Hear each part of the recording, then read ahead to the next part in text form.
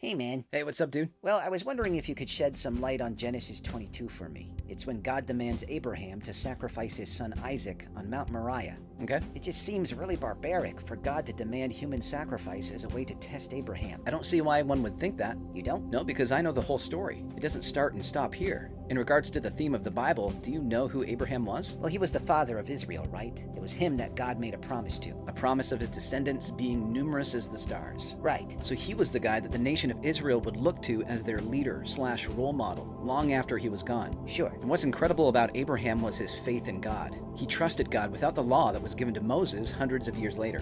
Moses was the one who struggled with trusting God. So Abraham is this shining example of a positive faith, and Moses was a negative example. And because of it, he wasn't able to enter the promised land. Okay. So before I give you some context here surrounding this event with Abraham binding his son Isaac as a sacrifice to God, I want to preface this by saying I believe this had nothing to do with Abraham's lack of faith, but rather served as an accomplishment of maximized faith for the people of Israel to look to for generations to come. After all, they were the nation that God chose to usher in the Messiah. So faith in God was an important utility in this mission. Okay, fair enough. So let's go back. Abraham, then called Abram, left his home called Ur and set off trusting God's promise of one day making him a great nation. So this is where we see Abraham's first step of faith. Right. Then we see a few more instances of where even though his faith was wavering, he still ultimately trusted God.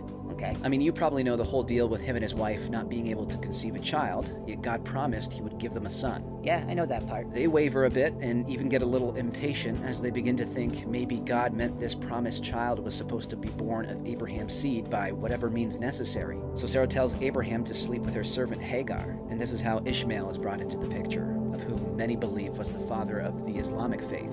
But that's a separate conversation. Okay. Then we have the destruction of Sodom and Gomorrah, which I cover in depth in part 11 in my playlist here on TikTok called Objections About God.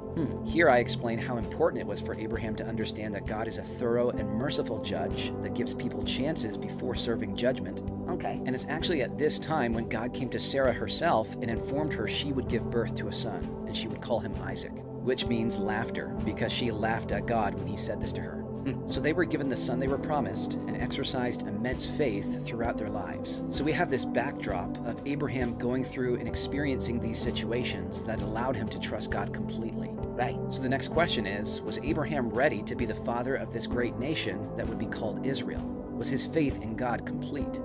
Some would probably say so, but even Abraham recognized that he hadn't yet handed over to God his heart, his most prized possession, which was his promised son Isaac. Would he trust God with this? And the answer is yes. We see it in the language Abraham uses. Abraham tells his servants to stay back before they head to Mount Moriah with Isaac and says, "We will worship and then we will come back to you." And then his son Isaac starts to piece together in his head, Dad, I see we're carrying wood, sticks, and matches for an offering, but why don't we have an animal for the sacrifice? And Abraham replies, God will provide for himself the lamb for a burnt offering. Right. Also, this mountain was called Moriah, which is derived from the Hebrew word ra'ah, which means provide, see, show. Interesting. So because of Abraham's faith, which wasn't a blind trust, but a reasoned confidence based on his past experiences with God, he knew he had nothing to worry about, and all he had to do was obey.